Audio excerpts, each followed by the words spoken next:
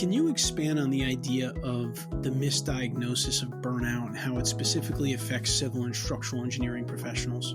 Burnout is definitely misunderstood, and that's why I talk about the misdiagnosis quite a bit. That there's this focus or anti-hustle culture, or say the focus on working more than 40 hours in a work week. And then there's also, say, the career ceiling that can become very visible in the AE space. And I imagine this is in other careers as well. But I know one of the things we were passionate about when we launched H+O was trying to elevate and break through that traditional career ceiling. Burnout in civil engineering is a critical issue that deserves attention. It's a profession that's highly valued for its impact on our daily lives, right? From the roads we drive to the bridges we cross. But behind the scenes, many civil engineers are struggling to cope with the demands of their job, which are pretty intense. In today's episode, I'm joined by Rens Hayes. Rens is a licensed professional engineer and structural engineer and co-founder of H+O Structural Engineering. And Rens is going to talk about the unspoken reasons why burnout persists in the industry and why, despite its prevalence, it often goes unaddressed. From intense deadlines and project complexities to stigma surrounding mental health, we will delve into the underlying factors contributing to burnout denial and share valuable insights on how we as a community can address it head on. I'm your host, Anthony Fasano, and this is the Civil Engineering CEO.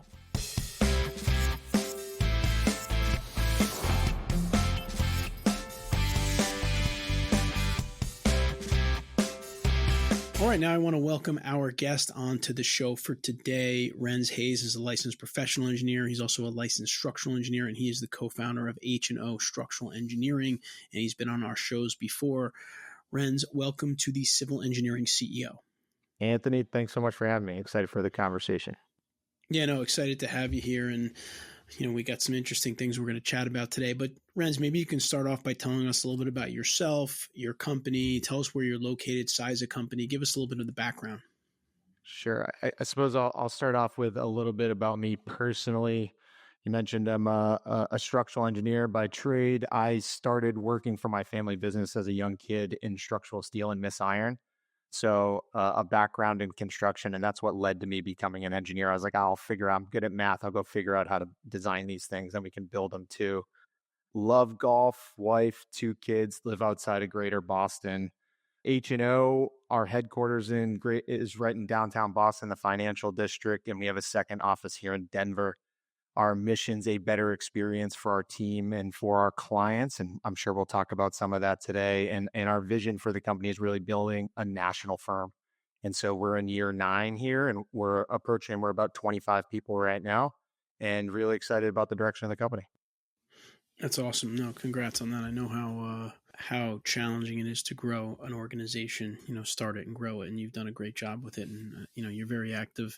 Rens is very active on LinkedIn too, putting out a lot of good information, not just about engineering, but about building a company, culture, hiring, a lot of very interesting things, which I think makes him great follow. So, all right. So Rens, let me start off with this question. As a leader, if I were to ask your staff to kind of describe your leadership or management style, how do you think they'd answer that question? I would hope, and what I want to be part of my legacy is that I was transparent and open, right? I want to empower people. I want to let people in to understand the inner workings of the business, what the strategy is, where we're trying to go. And I know DEI is a really big conversation. And when I think about how we approach that challenge is we try to create an environment where everyone is welcome to be themselves, not afraid to make a mistake, and an opportunity for them to grow. And how we create an opportunity for them to grow is by teaching them all of the aspects of a business. I think it's really, really challenging for any person, a subject matter expert, right? Like I got into the engineering business because I wanted to be an engineer. I got into the steel business because I was like, all right, I got to figure out how to build steel. There's so much more to running a company than just the subject matter expertise. And a lot of people only have exposure to their subject matter expertise. There's so much to learn from like an engineering perspective to be able to design a building. Unless you make a conscious effort to learn how a business runs, you're always going to be kind of operating within a tunnel. You're going to have blinders on. And what that is you're not going to understand the impact of the decisions long term, because to understand all the impact of your long term decisions, you have to have kind of a broad view. And when I learned that lessons, that's why I pound that lifelong learning drum. I advocate for reading as much as you can, learning from others' experiences, really kind of being an objective thinker, because it gives you a broader view of how your decisions, the impact of the decisions you make on a day-to-day basis, and that allows you to compound value over time. It's a little bit long-winded there, but I want to be a transparent leader and one that creates an environment so people understand how a business works, so they can understand how to create value, and that allows them to increase their own earning potential and career opportunities. Yeah, that's great. I mean, I think that people appreciate the opportunity to grow themselves and contribute in that way. But I think a lot of leaders in our industry, leadership teams aren't focused on that, right? It's kind of like a people first kind of mentality, which is great. And kind of as a follow up to that, I know that you're big on, culture building, focusing on the culture in your organization. And I also heard you say, your goal is to build a national organization. So I'm just curious, I think putting those two things together is obviously a challenge, right? As you grow a company, the culture becomes a little bit harder to kind of mold and, think through. So I'm wondering like how you approach that and how you're thinking about that as you grow the company, but still maintaining kind of the culture that you want to build there. While we launched H+O, I was actually working alongside my father running the steel business. And I did that for about 4 years. And I was kind of learning business as I went. I was reading books as I was facing a challenge. So whether that was marketing, sales, executive leadership, people management, negotiate, you name it, I was just consuming whatever information I could to solve the business problems I saw in front of us. And after a few years, I sat there and I was like, I have all this business knowledge, but I feel like I'm solving problems from the middle. Where the hell do you start? And it was about that time, we're approaching 2018, I got exposed to mergers and acquisitions, which totally changed the way I looked at business and how they evaluated the stability, the future growth potential of a business, the stability of the cash flow, all of those things. And I really dove into that. I ended up getting certified in M&A. It's called the Certified Value Growth Advisor platform. Phenomenal. One of the best investments I've ever made. And it taught me where to start. And that's with your mission, your vision, and your values. So the mission, a better experience, right? We're trying to create a better experience for our team. Transparency, opportunity, growth, trust, all of those things are paramount. Vision is that national growth that creates clarity. We need to create a vision big enough to attract talent to our company. We need their vision for their career to be able to fit inside the vision for our company, right? So a lot of times we talk about, you mentioned I create content on LinkedIn. I also host the podcast Design Development. A lot of that is to make sure that we're visible. Like people say good people are hard to find. It's like, well, what if your company's hard to find? How are Right, good right. people going to learn about the opportunity at your company if you're not telling anybody? Those are big messages. And then, so the core values drive the organizational behavior and the decision making. For us, that's embrace growth, be a partner, be responsive. There's a whole nother podcast kind of diving into the meaning behind all those. But when you have a clear, concise mission, a clear vision, and clear values, you can use those. Those can be, when you repeat those and reference those week after week, year after year, like they become ingrained in the fabric of the team.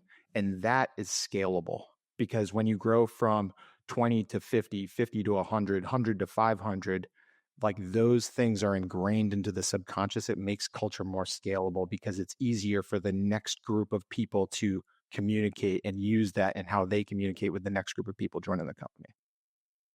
Yeah, I love that. I mean, I think the terms mission, vision, values are a lot of times spoken but not acted on, right? Or you put it on the wall, never look at it again. You put it on the website, people don't even know what it is. They can't recite it to you within the company, and so sounds like your approach to it is a much more practical approach to it. And again, people first, people centric approach where everyone in your organization can easily wrap their head around it. It's kind of what you do on a daily basis. So it becomes 100%. less about what's on the wall. It's more about like what we're actually doing every day here. And, if you could communicate that to us here in the last couple of minutes, that simply then obviously you can communicate it on a very regular basis to all the people within your organization. I think that's really a good test of mission, vision, values is, can you have a quick conversation about it? Or, is it something they got to read for 10 minutes and then never think about it again?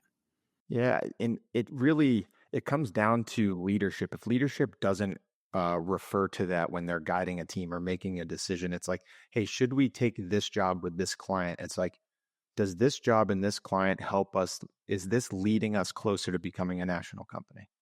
Do they align with our values, right? Like if we have a decision to make on a project to go to answer this RFI and make the extra step or answer this accelerated RFI, like, is this creating a better experience for our client? Is this strengthening a relationship with a client that's important to the future growth of our company, right?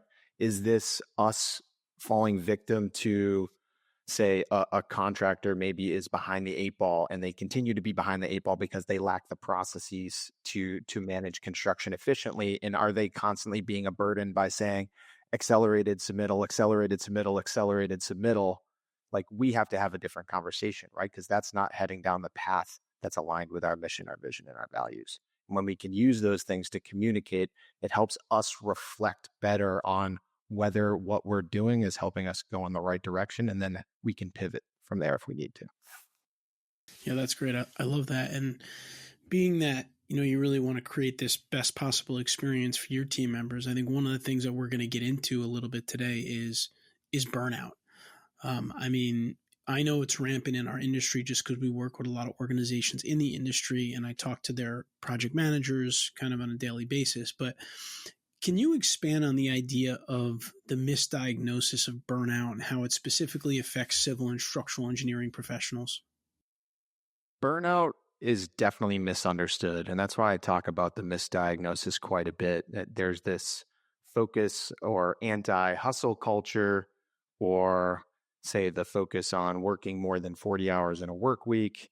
And then there's also, say, the career ceiling that can become very visible in the AE space. And I imagine this is in other careers as well. But I know one of the things we were passionate about when we launched H+O was trying to elevate and break through that traditional career ceiling in the design world. And like, if you look at technical professionals, we want to attract the best and brightest technical professionals to the design industries. We don't want them only going to tech, right? Or software or fast-paced startups. We want to create like a lucrative career opportunity for them here.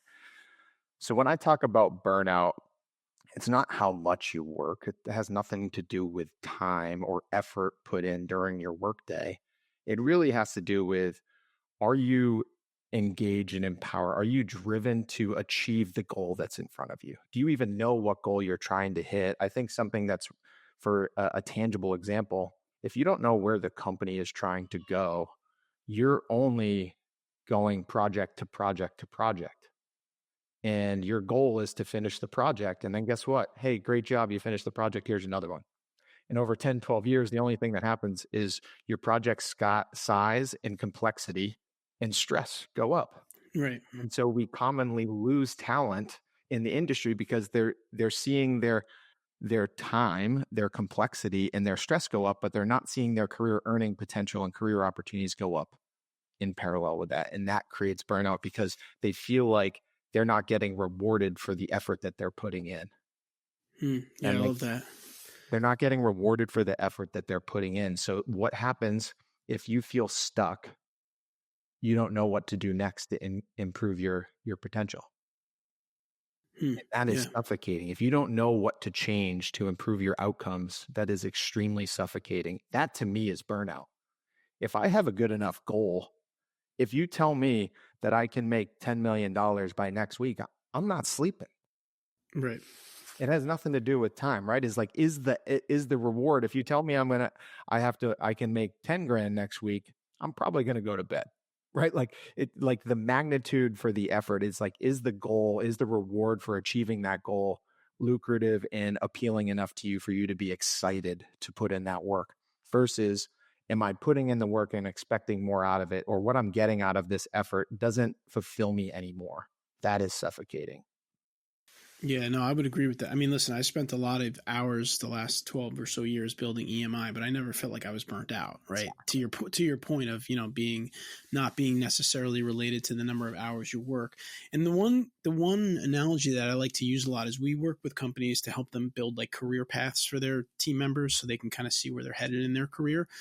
And my analogy that I offer to them is if you're asking someone to do something similar to what you're saying, just having them work on project to project, they're kind of in a canoe and they're rowing as fast. You want them to row fast, but they're in a fog. Like they don't know where they're going to end up. You want them to come and row every day. And who wants to do that? But if they have a clear career path, they have a clear mission for the company, they're going to row as fast as you want them to because they see where they're going. And that's like the big difference that I see in our industry is when you're not thinking about the career path or the success of your team members and showing them that and leading them there, then they're not going to want to row as fast for you, and they can get burned out even if they're rowing slowly because they just don't know where they're going. And I think that's something that kind of what you said there is the opposite, because you're really showing them how they can advance, you're showing them how they can drive value, you're showing them the goals that they're going towards. And that, to me, if they're doing all those things, they're not going to burn out no matter how fast they're rowing the canoe.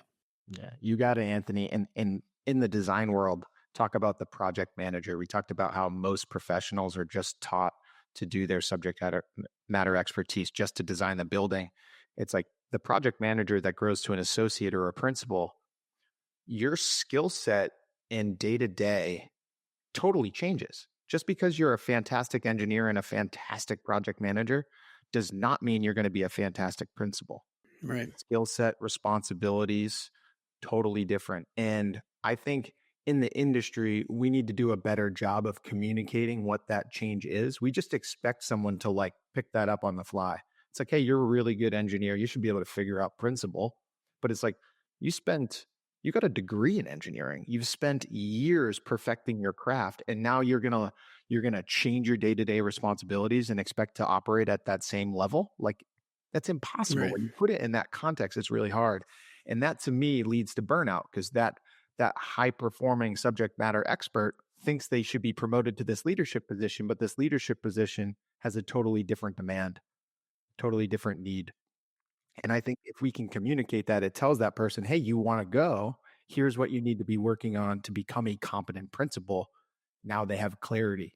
And I think a lot of people will be like, I don't want to do that. And now they're content because they're making a decision to be there. I think a lot more people would be content in their career if they felt it was their decision to be there, that they weren't being suppressed down and their career growth wasn't being prevented by somebody else. If they felt that it was their decision to stay in that role at that compensation, I think a lot more people would be content with their position. Yeah, I would agree with that. And another kind of analogy that I can see, I have a couple of relatives or friends that retired and they seem depressed, right? And I tell them, get a job. I mean, it's like, because it's like, like to your point, it's not about how much you're working. It's the fact that you're working towards something that interests you and that's exciting to you, right? Just because maybe someone is working 20 hours versus 40 hours doesn't mean that the 40-hour person's going to get burnt out or the 80-person hour is going to get burnt out. It's about like what they're doing, having some purpose every day and showing up and doing something meaningful. So I do agree with you that there is that misdiagnosis of burnout. It's just that people are just saying if you work too much, you're going to get burnt out. But I disagree with that completely. It's about what you're doing and who's supporting you in doing that, and that relationship with them. And that's what I think hopefully leaders that are listening to this show can really wrap their heads around. And I can tell you from my experience, just speaking strictly from a career standpoint, if you have a really good career path or career paths in your company and you're showing them how you can lead them through with the proper training and support, and that's immediately going to prevent a lot of burnout, to Ren's point, because they know where they're going and they know that you're supporting them and they're going to be willing to work whatever needs to get done to make sure that they can achieve those goals for you, the company, but also for their own career. 100%. And when I think of at H+O, we're an open book financial management company, which means like our team reports our P&L to us on every single Monday. We're forecasting our P&L, tracking it, team-wide bonus program, profit sharing. And what that really is doing is it is aligning company success with client success with the employee success. I think some employees might be running into a wall when they're like, hey, they didn't get that promotion, they didn't get that raise. And what's actually going on is the company is inefficient and isn't making enough money to give everybody raises. So the employee's sitting there thinking like, well, what can I do better? But really what the employee is doing is disconnected from the company's success because it's not the only factor.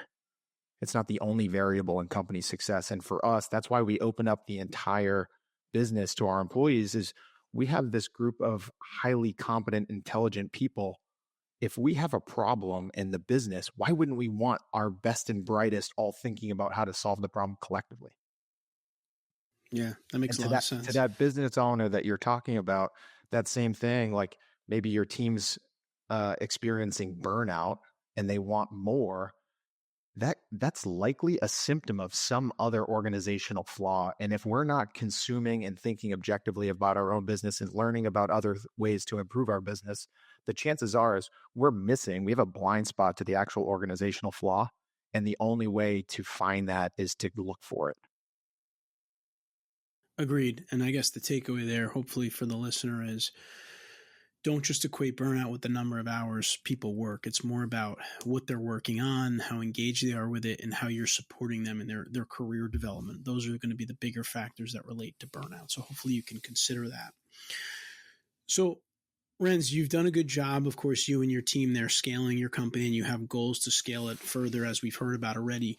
What would you say are some of the key factors that companies overlook when they're trying to scale?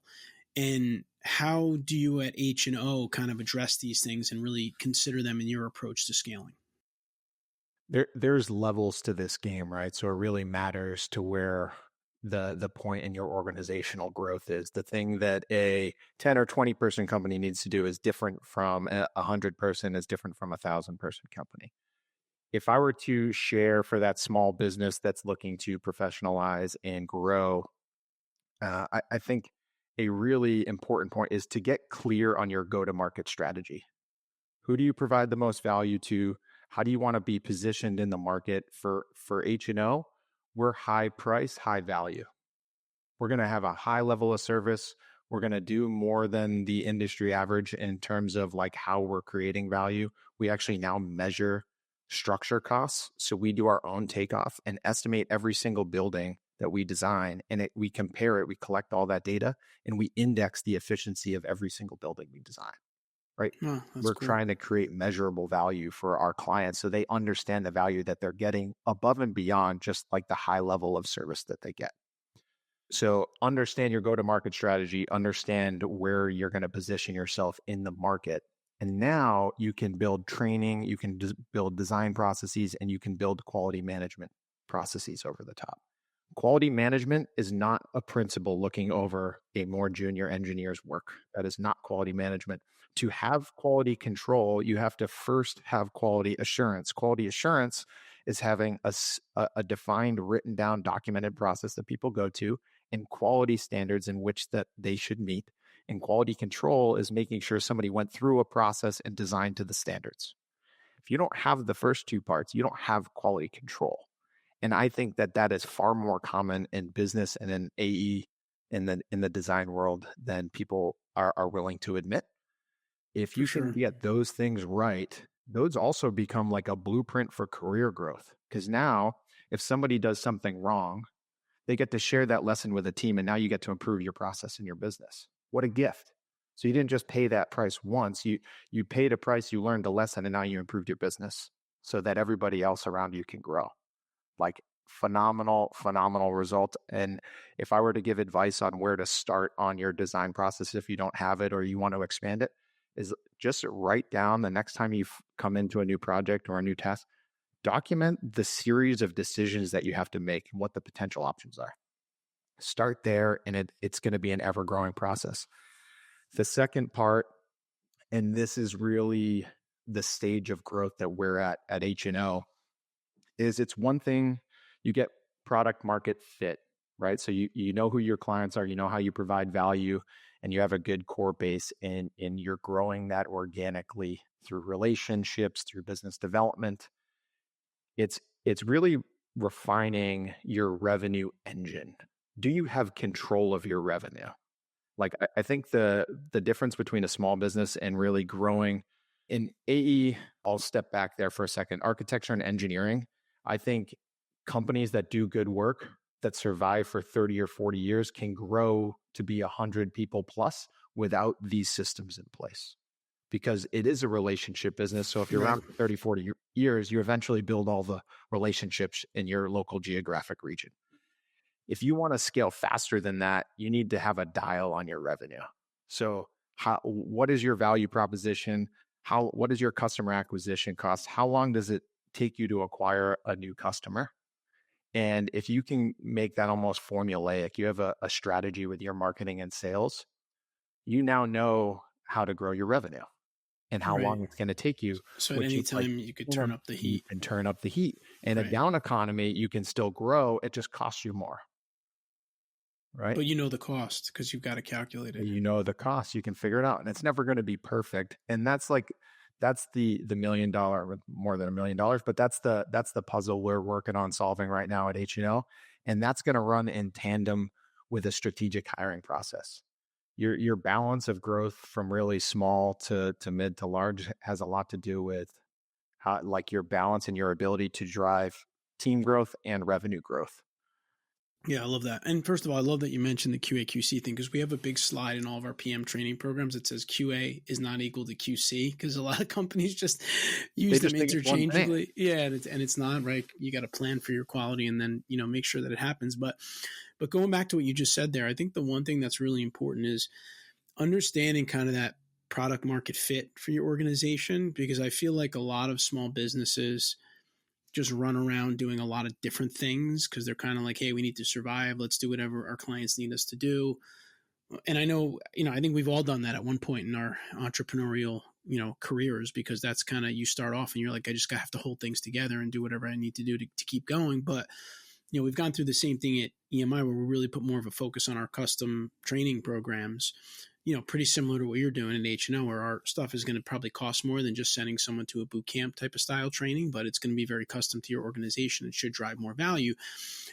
But I think the challenge becomes then is once you get that, you have to stay focused on that. And that's where like all these shiny object syndrome comes into play, where you see this new AI stuff, you see something else, and you're like, hey, we can do that for our clients. We can do that for our clients. And so I think anyone growing a business is going to have to understand, and maybe there is a time where you're expanding to another service, that's fine.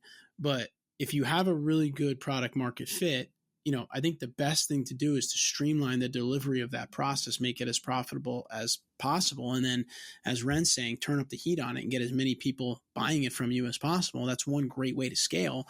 It's just that there's going to be obstacles along the way, which is getting distracted by a lot of other things. 100%. Yeah, like once you reach a certain level of stability in business, you're going to always see opportunities to make money. But it's like defining what the opportunity cost is.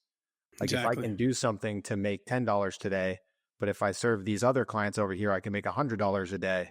Like, why would I do the $10 work anymore? And you got to track your data to have visibility and a perspective so that you can make those decisions confidently.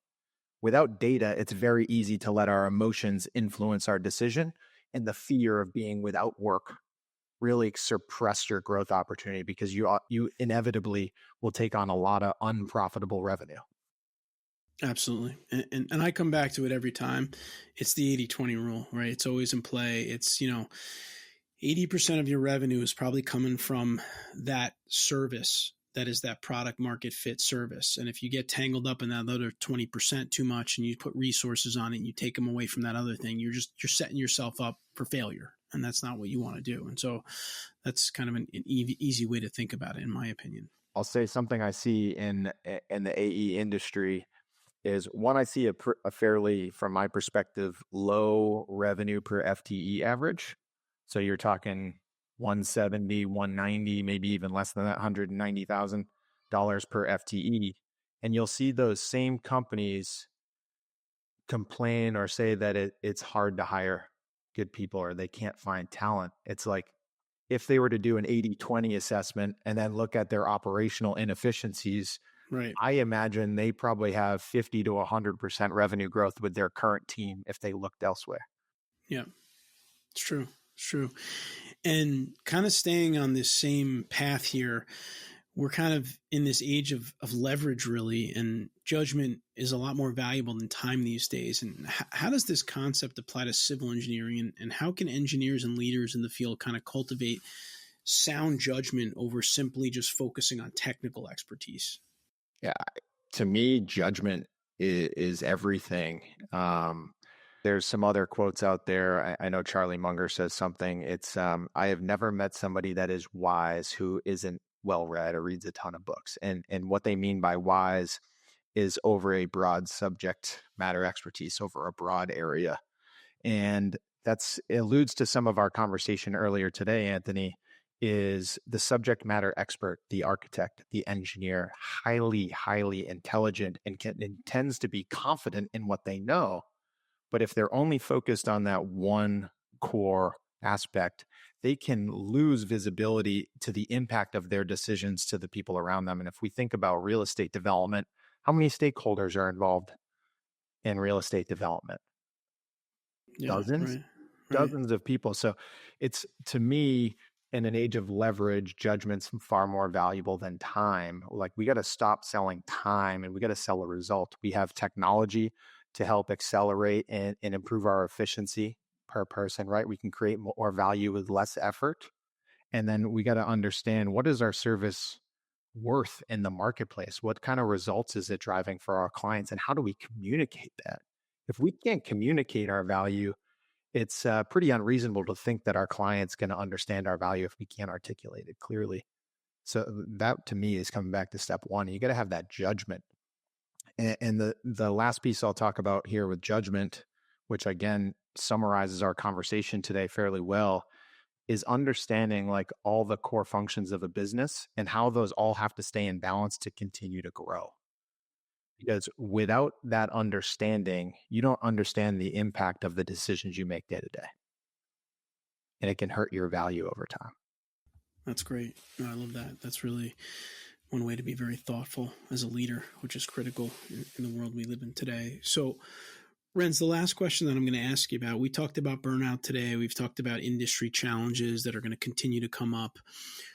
What is some final advice that you can share with CEOs or other leaders in the industry who want to build kind of a long and impactful career for themselves? How can they best prepare themselves to navigate some of these obstacles that we're talking about? Because they're going to deal with them as they're trying to build something special, of course. Growing a company is extremely hard.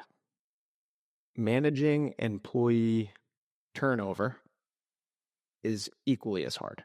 So it's like, if you fail to learn how to grow your company, your company is going to stay at its current state, which means there isn't really any career growth opportunity for your current employees beyond where they are, which means you're going to see turnover at least in the bottom half, if not bottom 70% of your company. You might have some long tenured people that stay there at the top, but if you're experiencing a ton of churn, it's because they don't see career growth opportunity and more increased earning potential. So reflecting on that, it's hard to grow a company. It's really hard to manage employee turnover and all the challenges and stresses coming with failing to grow your company. Choose your heart. That, to me, comes back to the lifelong learning, right? I've done it through reading countless books, whatever. If you're not educated in marketing, you're not educated in sales, you don't understand what kind of legal risk you're taking, you don't know how to build a training and management process. Like, you got to start to consume that knowledge. Look for small groups, look for people like you, Anthony, that are helping solve parts of people's businesses, because chances are, as you dive into those, you're increasing your perspective, right? You're increasing your wisdom over a broad subject matter area over your business. You're starting to understand those core functions. That Certified Value Growth Advisor program, it left me with this lesson. There's 8 core functions to a business: planning, leadership, sales, marketing, people, operations, finance, and legal. Most businesses are strong in 2 or 3 areas and blind to their deficiencies in the other 5 or 6. So we'll take the engineer that starts a business. They're going to be pretty high aptitude of engineering, call that operations. What's that business owner going to always see? Their inefficiencies in engineering. But relative to the rest of their business, their engineering ability is rated 95. So if they improve from a 95 to a 97, but these other areas are still rated at like 20, 30, and 40, the business value is not going up. Their problems aren't going away because they're solving this thing that they know all too much about, and they're not solving their go-to-market strategy. They don't have a vision for the company. They don't have other leaders in place. They don't have a sales process. There's these other aspects of the business that are weighing that down. And if they focused on learning how to improve those other areas of the business, they're going to create way better leverage on their engineering expertise. Yeah, I love that. And that reminds me of something called the theory of constraints, which is like, if you have these 8 factors and one of them is at 95% and one of them is at 20%, the one at 20% is really holding you back no matter how high you make the other ones, right? So it's really focusing on those areas is great. And I love what you said about just continuing education, because to me, yes, there's going to be times where you need to hire an expert, right? We get that. Like, you're going to need a lawyer at some point, but there's enough information out there for you to become knowledgeable enough on these different factors or aspects or items of your business that are going to help you to grow your business. Like Ren said, you can find any book you want. I was just talking to a prospective really big client for us a couple months ago, the leader of the company, and he held up a book on his desk and he's like, I love this book. We're trying to do stuff like this here. So what did I do? Right after the call, I went on Amazon, I bought the book, I read it in like a week, and now I'm able to have conversations with him that's very lined up to what they're trying to achieve. There's no excuse for something like that, right? Because it's available to us. No excuse. So I think that, just to kind of wrap up here on everything we've talked about, I think we talked about the idea of burnout not being correlated to hours necessarily. It's more correlated to what people are doing in those hours. And if it's important to them and they can engage with it and they can have a vision for themselves and the organization that they're striving towards. And then as far as a leadership perspective, it's about, staying focused on what matters for your organization, right? We talked about, yes, having that, product market fit, and then building all these other aspects or items around it, but not getting distracted away from that. Because again, to me, as a leader, that's where you go down the burnout path. Because now I'm chasing a lot of shiny objects when I got this one that's amazing if we were just to focus on it and leverage it and use good decision-making like we talked about here today as well. So, always lots of good stuff when we have Rens on the show. And once again, Rens Hayes. Rens is a licensed professional engineer and structural engineer and co-founder of H+O Structural Engineering. He's got tons of great content out there. You got to connect with him on LinkedIn.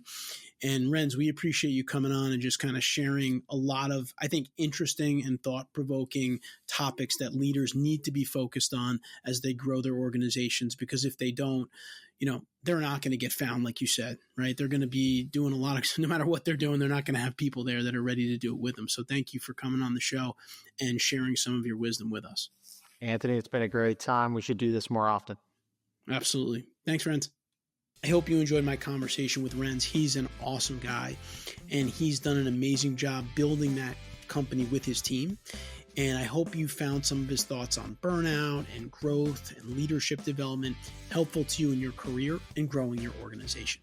If you enjoyed it, please subscribe to our channel here. We do put out videos like this on a weekly basis to help engineers become better managers and leaders. I'll see you next week.